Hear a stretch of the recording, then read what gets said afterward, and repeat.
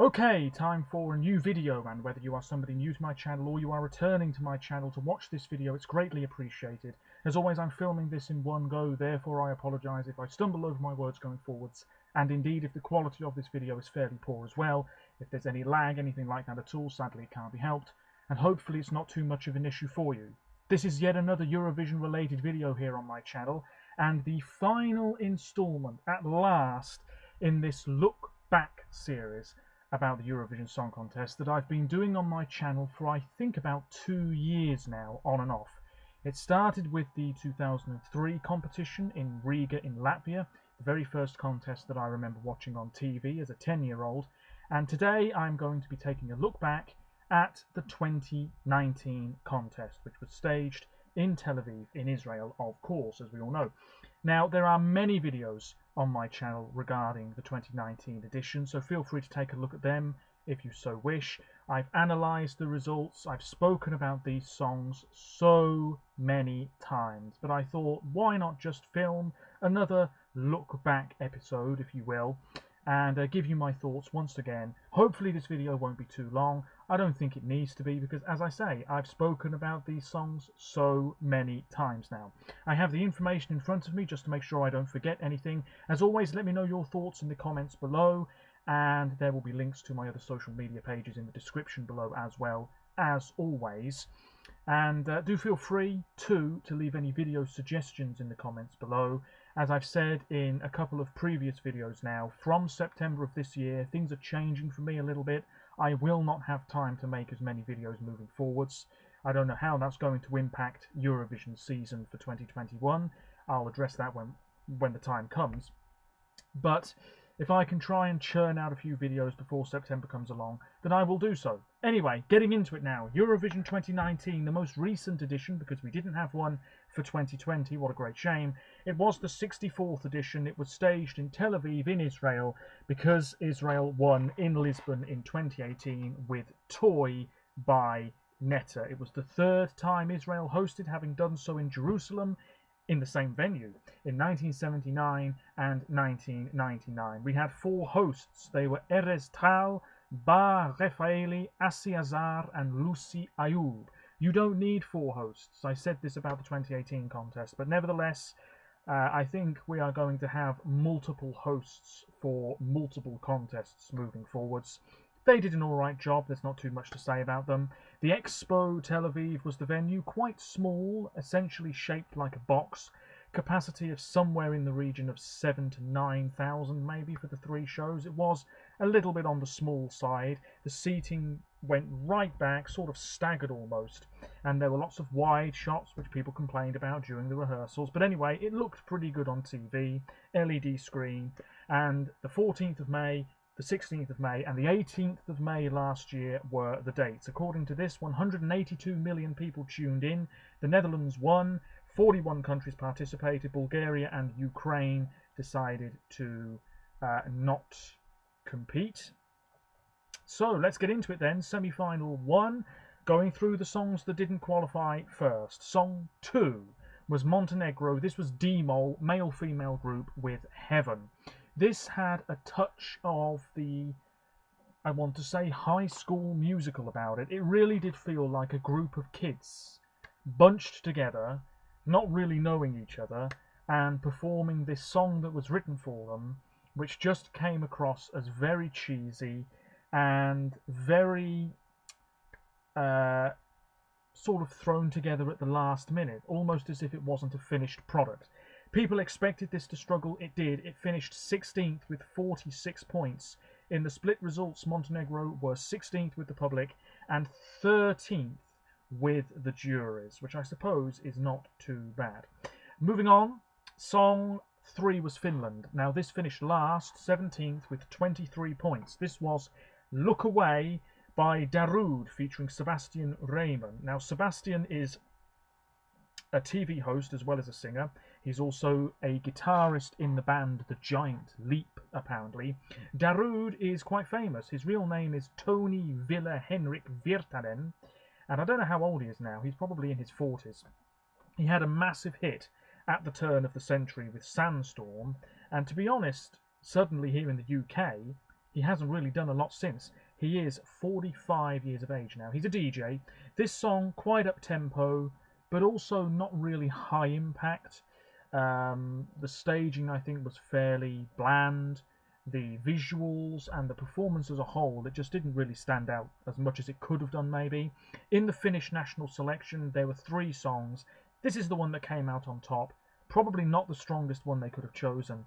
And to me, the broadcaster in Finland, I don't want to say they were desperate, but this just seemed like a very strange choice to pick somebody who is very well known, admittedly, all over Europe, but whose best days were years ago. Anyway, he finished last, and nobody was truly shocked by that, I don't think. Song 4, Poland. This, for me, was always a borderline qualifier. Just missed out. Tulia, a girl group with Fire of Love, Pali She. Now, Tulia are a folk music group, and they sing in what I believe is called a white voice style. Here it is, yes, the white voice singing technique. It's a folk technique. Full voice, natural voice, etc., etc. Anyway, this song, the performance was a little bit static. They were wearing colourful skirts, just sort of swaying about on the spot, and faces on the LED screen behind them. This finished 11th with 120 points, missing out by, well, Belarus, who went through in 10th, had 2 points more, so it was very, very close. This song, not bad at all. It's refreshing to hear something like this in the contest. We don't really get it very often at all. But at the same time, maybe people were put off by the vocals. That particular singing technique, I don't know. It's a bit of a risk, but it was refreshing too to hear Poland sing in their own language. This finished 8th with the public, and I do think Poland generally do better in the public half of the results anyway. And Poland were 11th with the jury, so it really was a close call. Moving on to Hungary, Song 7. This was the returning Yotsi Papai.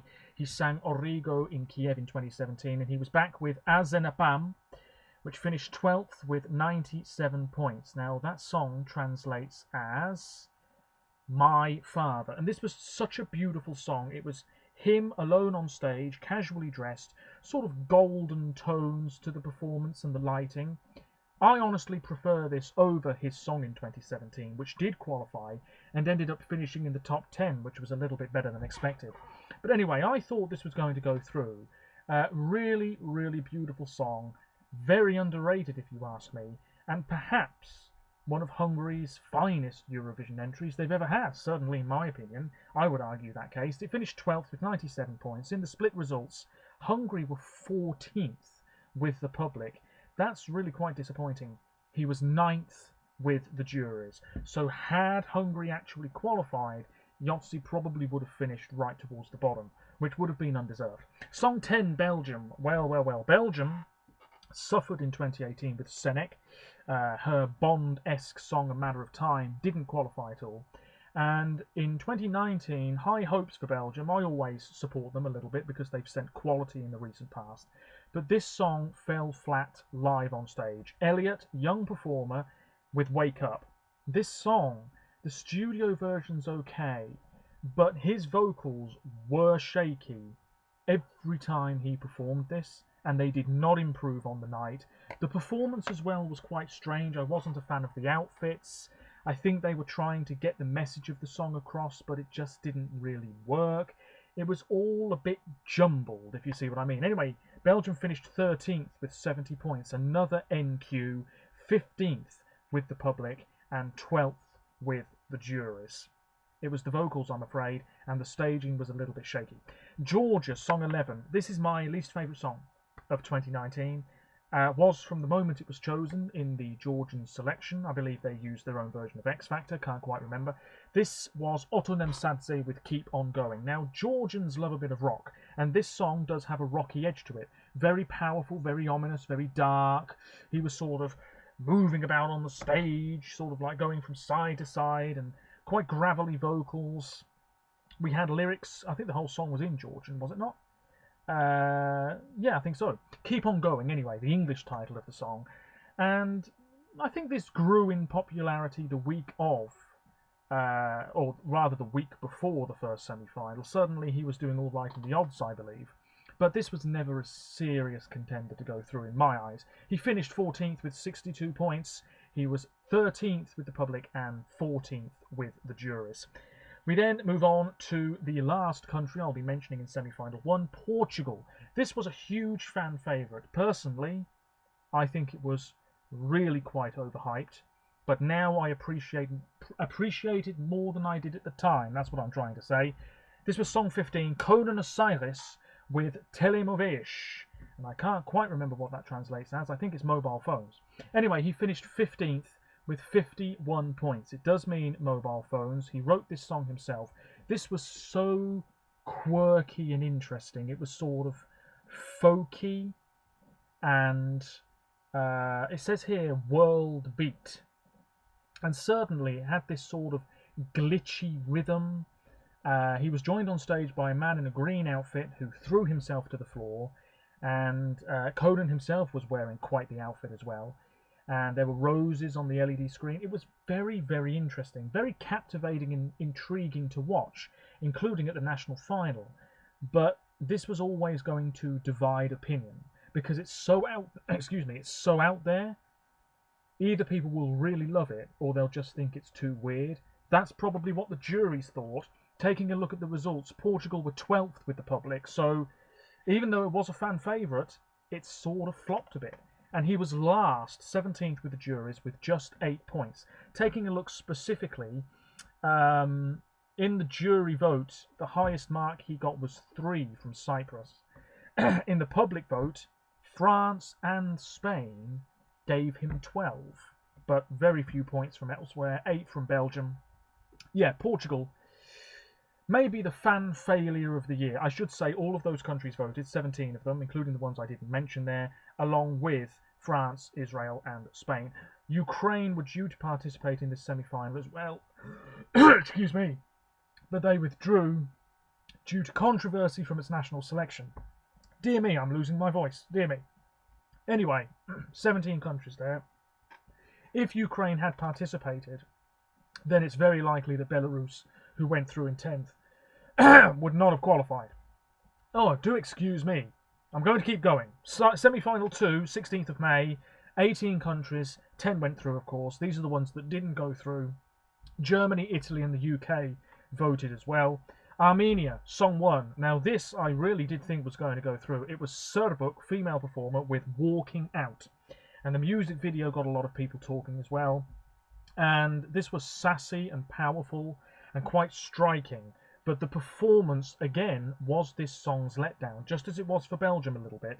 She was alone on stage, pretty much. She was in a black outfit, and she was very confident, but there was this one shot towards the end of the performance which showed the Expo Tel Aviv with no fans.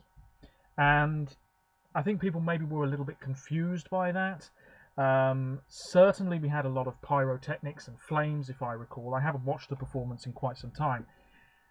But this was a case of an alright song that just didn't translate very well live. It finished 16th with 49 points, and I believe this is Armenia's worst result in Eurovision to date. A lot of pressure on their next entry, of course. In the split results, Armenia were 15th with the public and 14th with the juries.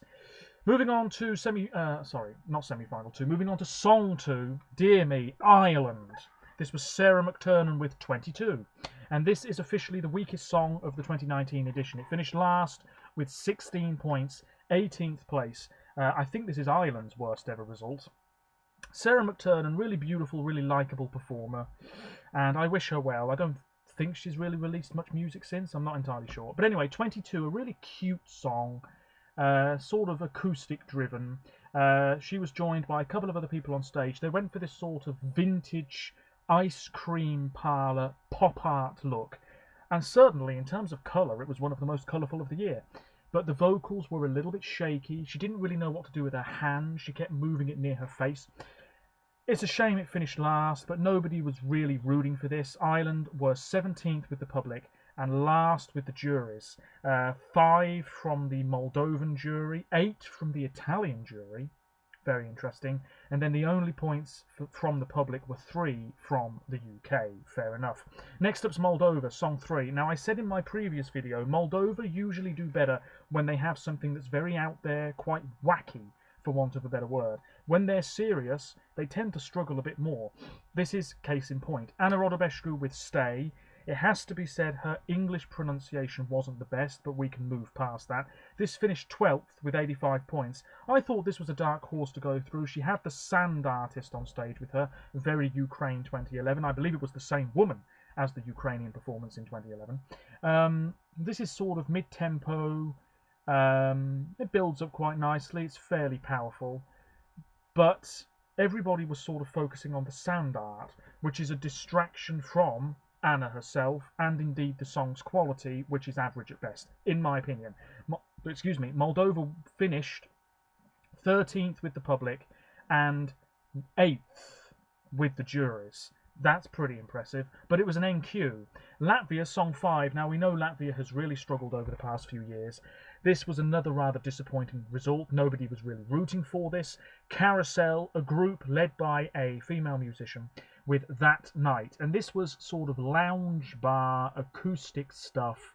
Very charming, very sweet, very slow, and it has to be said, very forgettable. 15th place, 50 points. In the split results, Latvia were 13th with the juries and 16th with the public.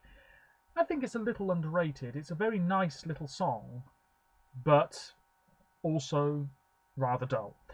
Romania, song 6. Now, there was a lot of controversy in the Romanian national selection because of the juries involved there. Wee Wee Blogs, William Lee Adams and Devon were part of the jury, and they helped this song triumph in that Romanian national selection, whereas the Romanian public really didn't want this song at all. And this was, it has to be said, the wrong choice. Certainly, in my opinion, I think a lot of other Eurovision fans would agree with me. It was Esther Peony, pretty good singer, with On a Sunday. Esther is, I think she's half American.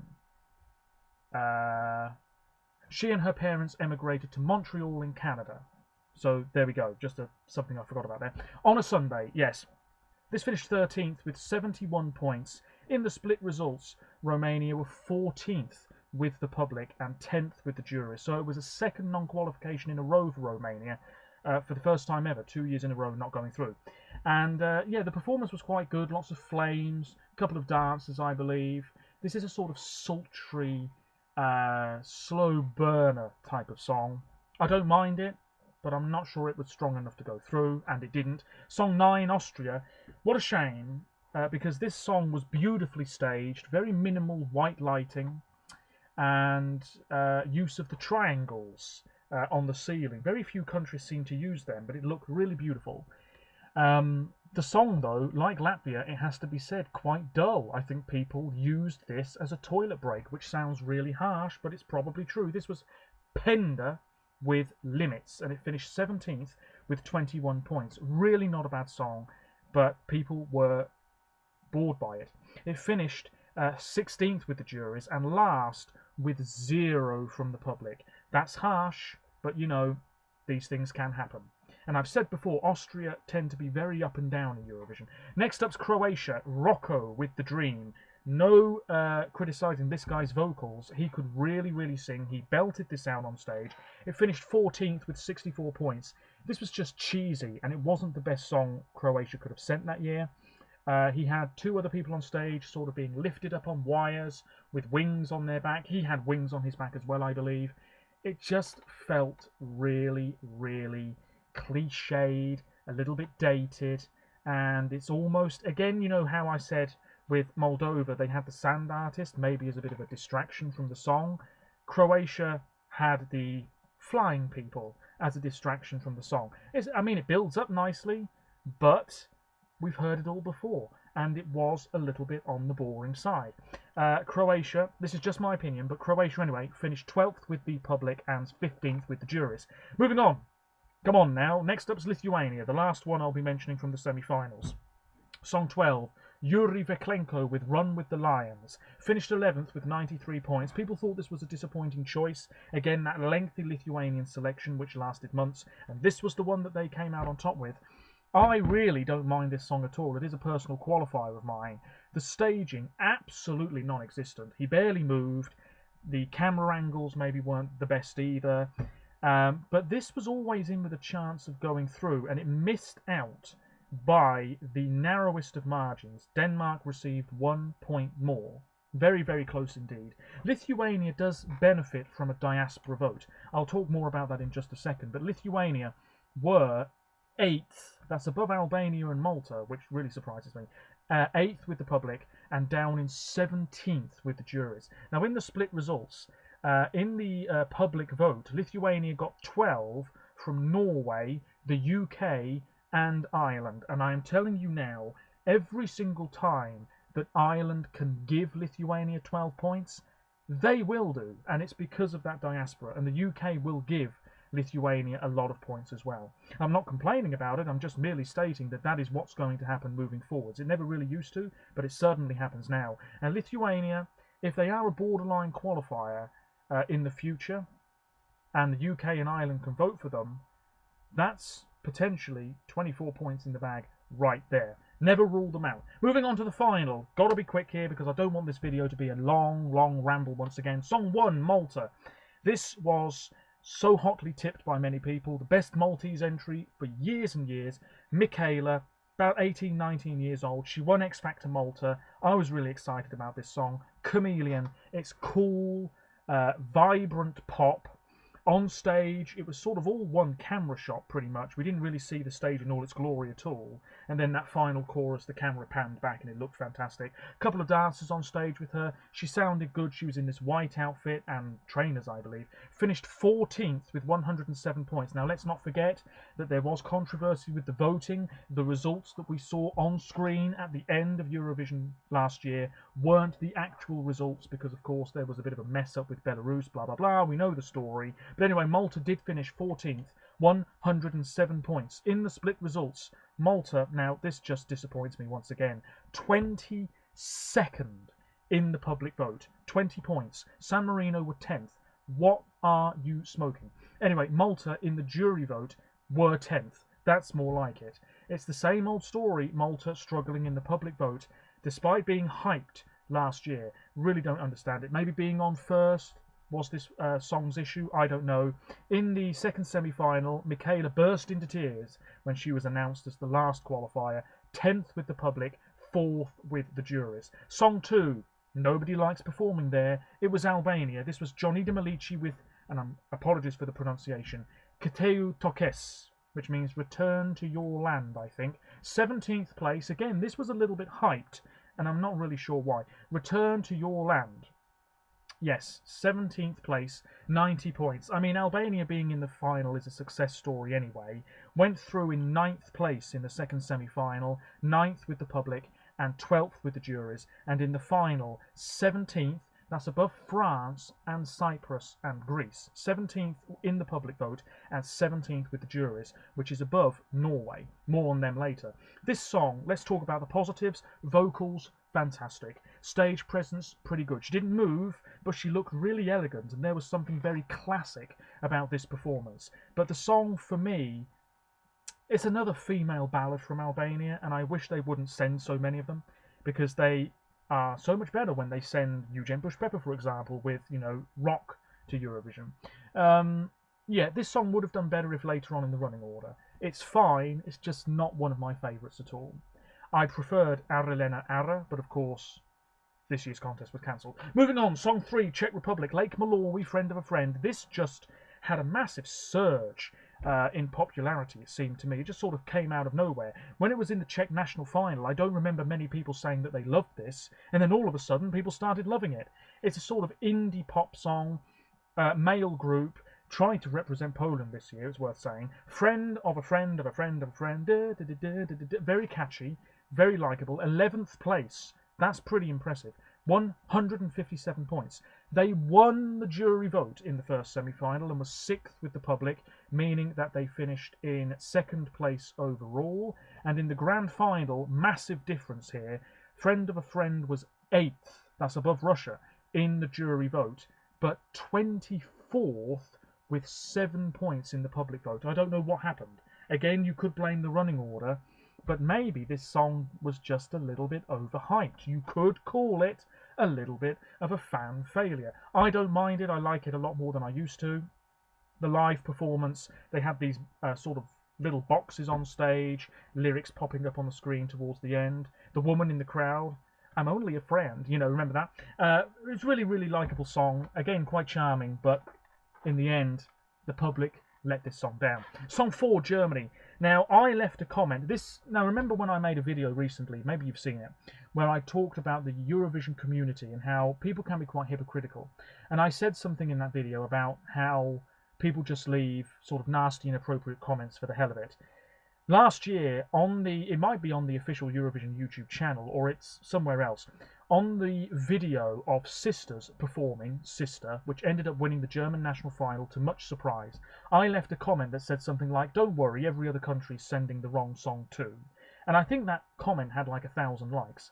And looking back, I think to myself, I was too quick to judge, because this song, although it's not very popular, I really quite like it now, and I think the live performance was actually not too bad at all. Not actually Sisters, female duo, 25th place, 24 points, so not last. In the split results, this song finished last with 0 from the public and 21st with the juries.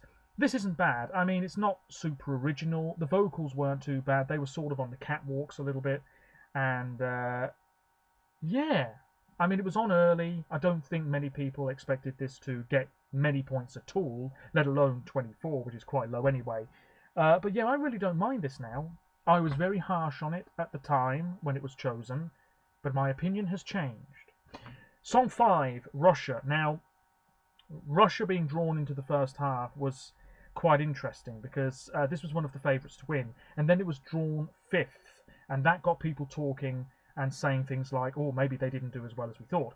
Russia, Sergei Lazarev was back, having done very well in 2016 with You Are the Only One. This song, more of a ballad, quite powerful. We know this guy can sing.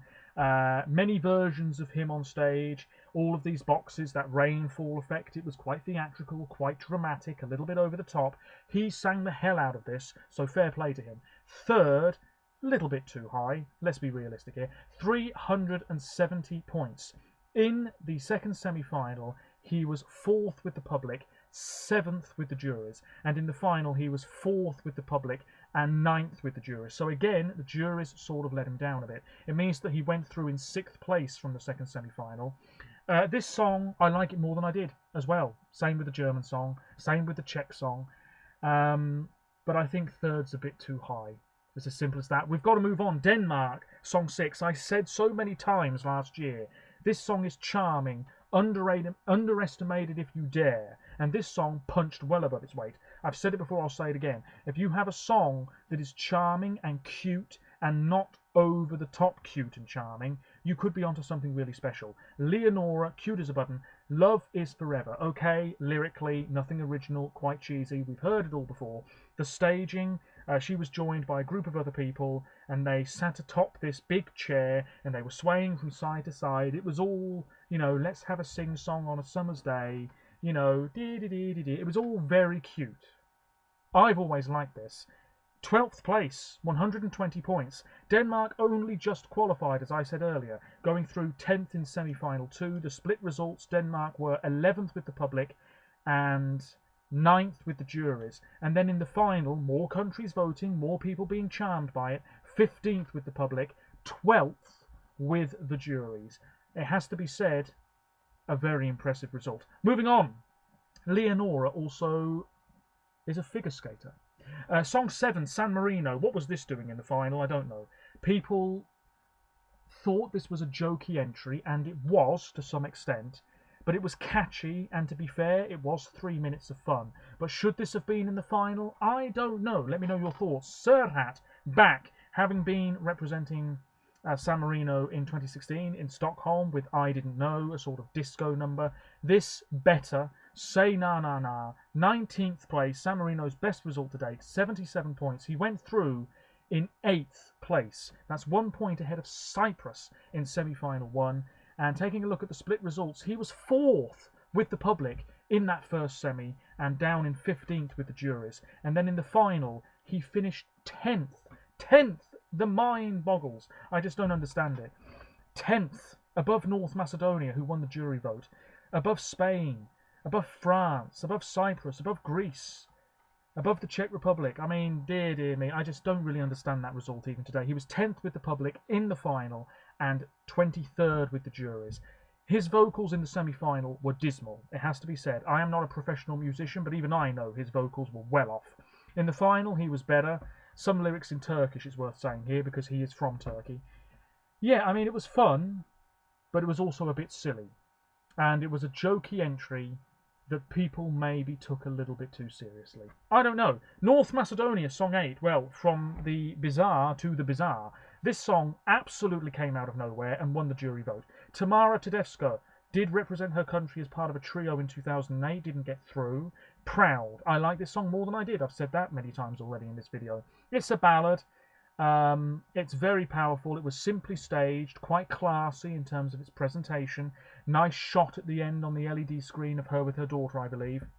7th place, 305 points. Easily North Macedonia's best ever result. Change your country's name, do well in the contest. In the second semi-final, won the jury vote, 7th with the public, and in the final, not that it appeared so at the time, but afterwards it was established, won the jury vote, 12th with the public. Now, are we going to see this in the future, where a country just comes out of nowhere every year, wins the jury vote, and then sort of struggles a bit in the public vote?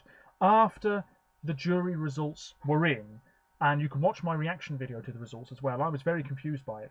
I knew North Macedonia were not going to win.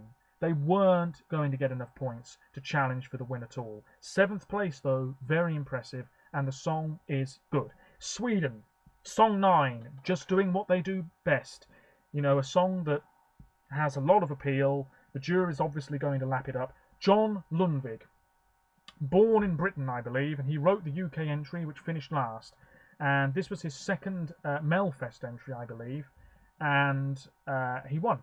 He's 37, born in London. He had My Turn in 2018, which finished 3rd. This was up-tempo. He had the Mamas, who of course would have represented Sweden this year, as his backing group. Quite simple staging. He had this sort of light or big lamp above him. I thought this was very nicely done. It wasn't too different from the Melfest performance. He sang very well, very charismatic, and it has to be said, maybe a little bit cocky in the green room. You know, Too Late for Love finished 5th with 334 points. He went through from semi-final 2 in 3rd place. He was 2nd with the juries, 6th with the public, and in the final, 2nd with the juries and 9th with the public. So the public let him down. But realistically, I think people expected this to do well, just not win, and that's exactly what happened. Did I say North Macedonia was 2nd, by the way, in semi-final 2? Next up is Slovenia. This had quite a lot of support, but it was never going to be a song that really pushed for the win at all. Zala Krauj and Gaspar Santel, who are now known as Zala Gaspar, I believe. This is Sebi, which means oneself. Performed in Slovene, so thumbs up for that. This was Song 10, 15th place it finished, 105 points, was 5th with the public in the first semi-final and 7th with the juries. And in the grand final, Slovenia were 11th. That's pretty impressive. In the public half of the results, and 15th with the juries. This is a sort of hypnotic, low-key,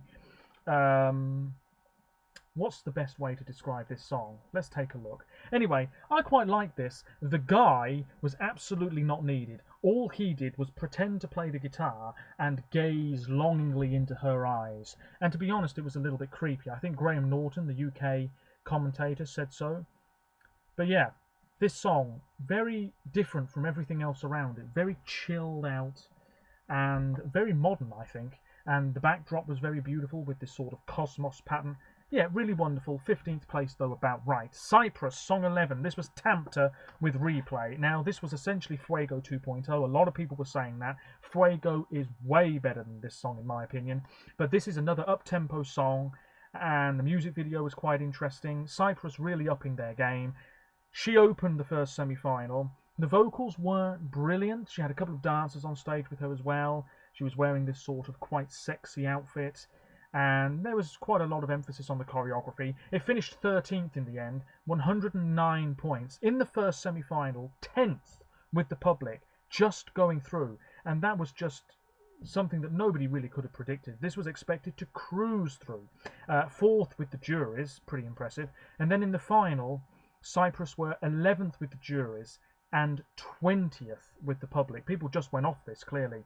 And there was one camera shot as well where it was deliberately quite jerky, fitting in with the idea of the title of the song, Replay, and it just didn't quite work. Anyway, 13th place, looking back, about right. We'll leave the Netherlands for now. Greece, song 13, Katarine Duska, very Florence and the Machine in terms of the vocals. Better Love. This was co-written by the UK's Jamie Cullum, I believe. Just going to check. No, not. I always get them messed up. David Snedden.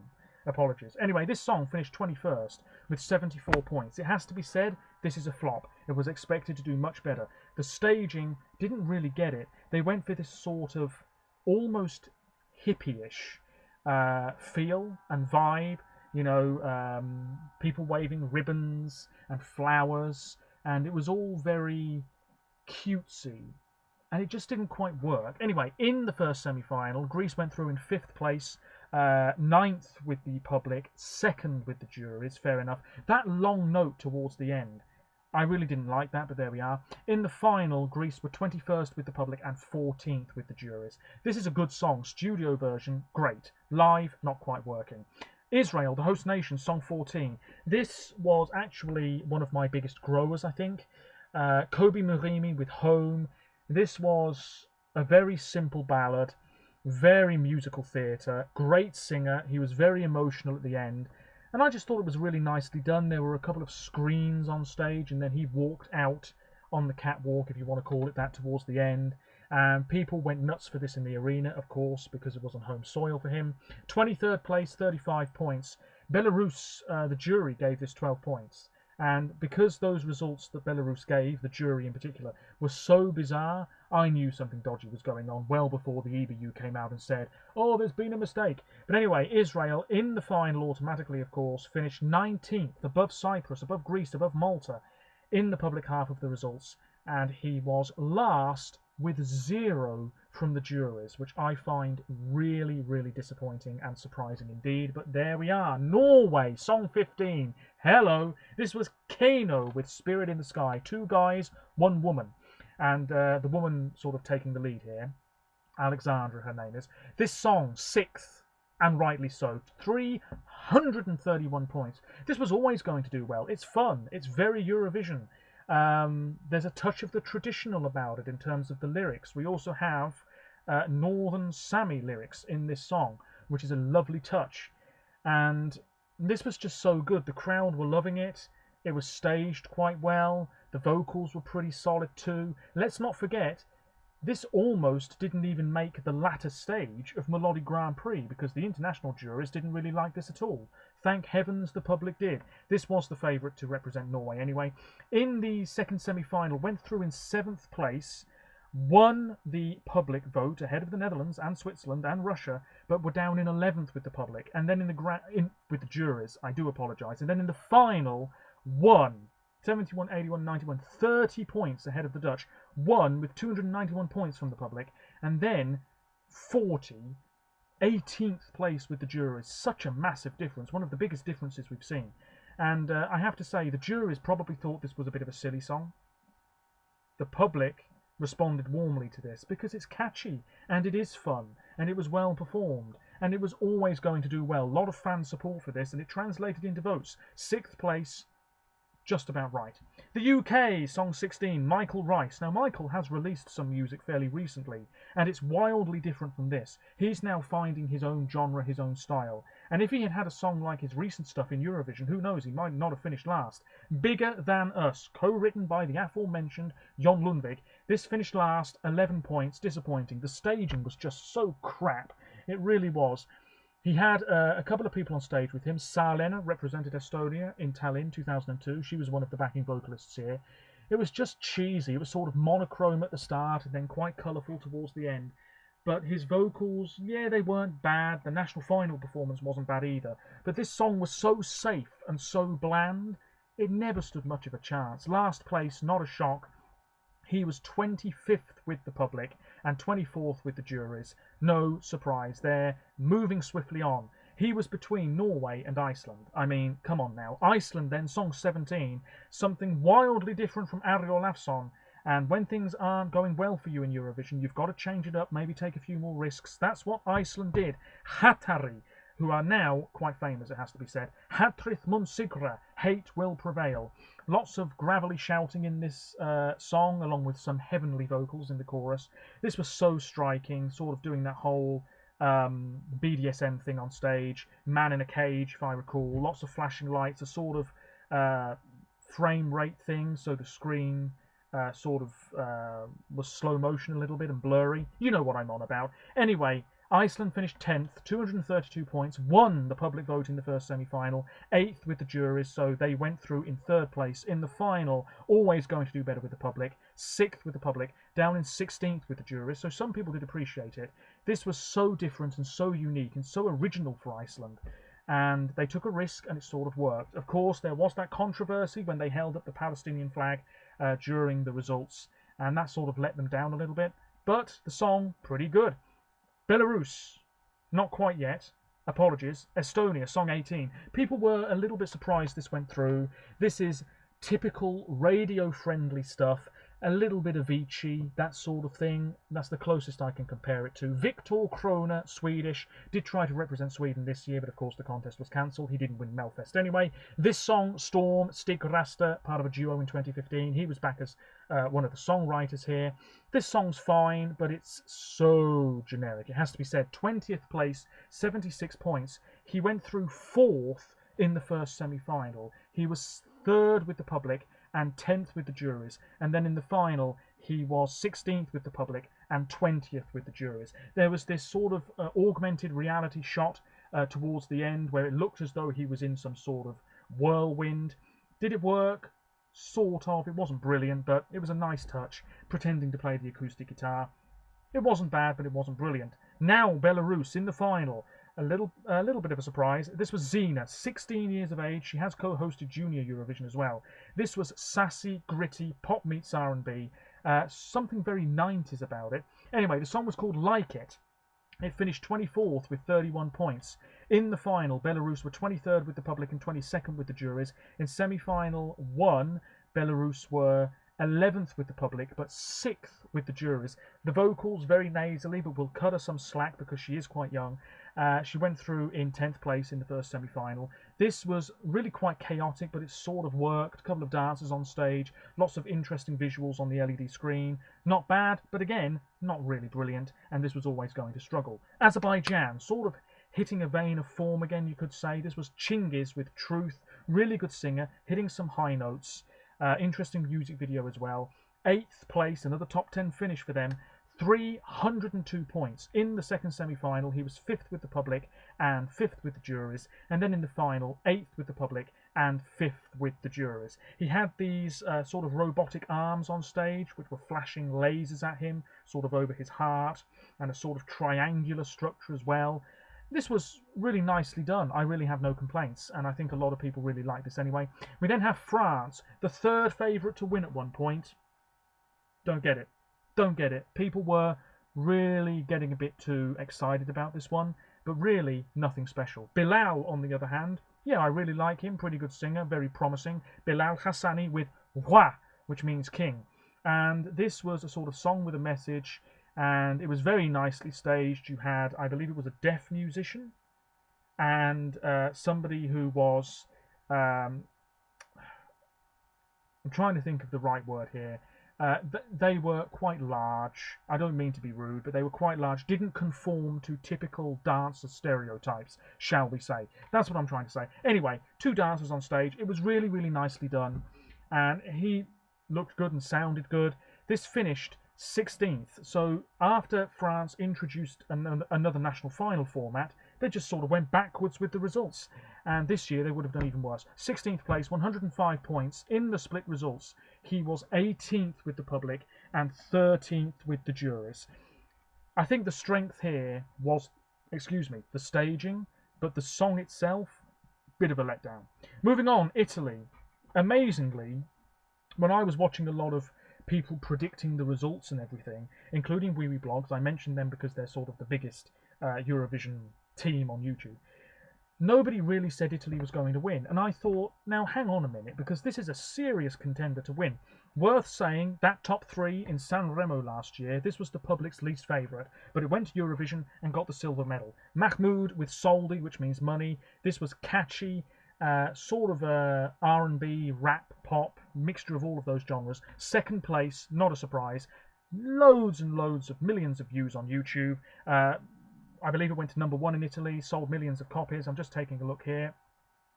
Yeah, Soldi, clap, clap. This finished with 472 points, massive score. He was second with, no he wasn't, he was third with the public and fourth with the jurors.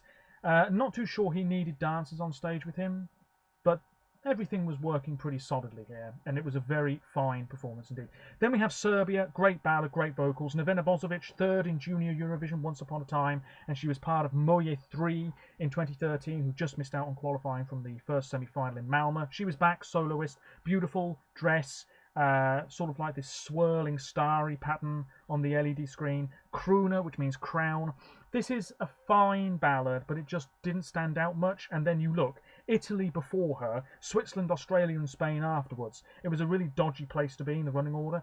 18th is okay, 89 points in the first semi-final, 7th with the public, 5th with the juries, and then in the final, Nevena was 13th with the public, that's not bad, and 19th with the juries. She went through in 7th place. Yes, moving on. Well, what a finish to the show. Switzerland, Luca Hani, very charismatic, very good performer. She got me. This was great. Lots of red and a couple of dancers on stage. And I have to say, when I saw the rehearsal of this for the first time, I was almost blown away. I thought it was really impressive. He sounded good, very energetic. And this song, lots of support for it from the word go. People saying it was Switzerland's best entry for years. I agree. Although this year, John's Tears, also fantastic. Switzerland have turned a corner. Let's hope they can do it again next year. Surely a third win will come pretty soon. If Austria can win again after so long, Switzerland can. And when Switzerland win, they win big.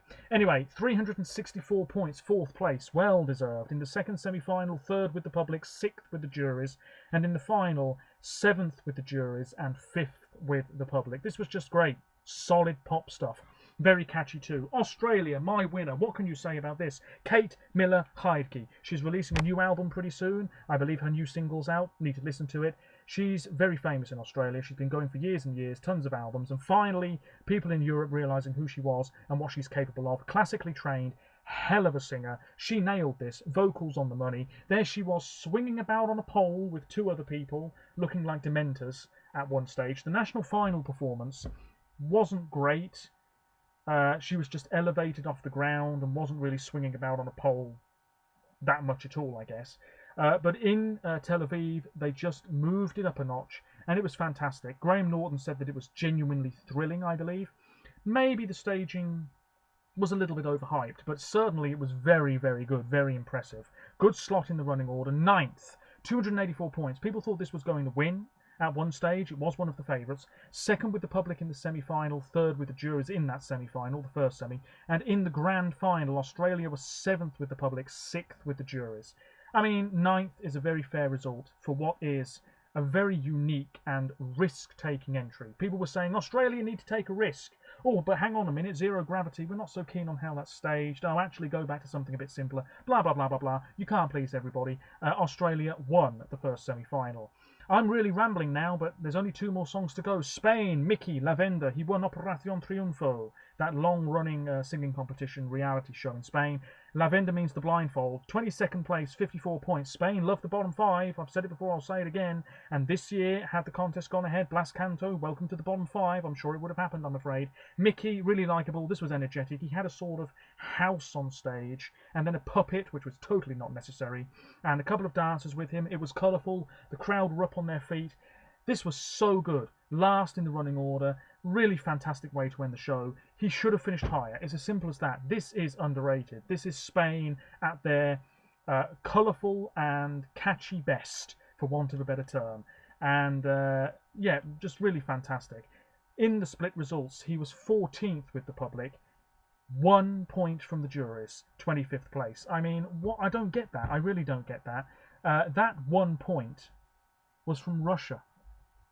So there you go. Even next door neighbours Portugal thought Spain deserved absolutely nothing at all. Anyway, that's Spain, underrated, what more can you say? The Netherlands, the winner, always going to win. Let's be realistic, this was probably always going to win. He was the clear favourite for so long. He was well ahead with the bookmakers, and even if you weren't a fan of this song, I think people had to admit that this was the one to beat. Arcade, really emotionally charged. Duncan Lawrence, fantastic performer, a little bit younger than me. There he was behind the piano pretending to play it, sort of blue, muted tones on the LED screen, that lamp that came down from the ceiling, and that fantastic shot where he thrust his arms back before the final chorus, and then lasers going across the arena.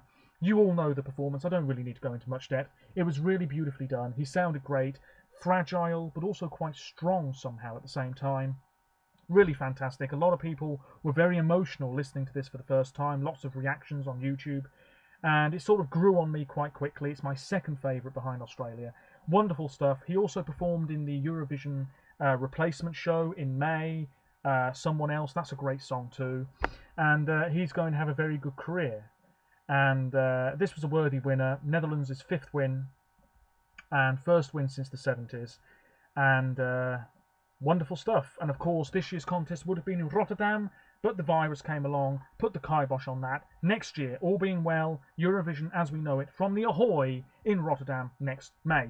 That's it. Would you believe it? It's another 50-minute long video. I do apologise. There I am saying I wanted to be short. But once I get rambling, that's it. Let me know your thoughts on last year's show. And I will try and film a few more videos before September is here. And I will just have less time to make content, unfortunately. But I'll still make videos as and when. It just won't be as frequently.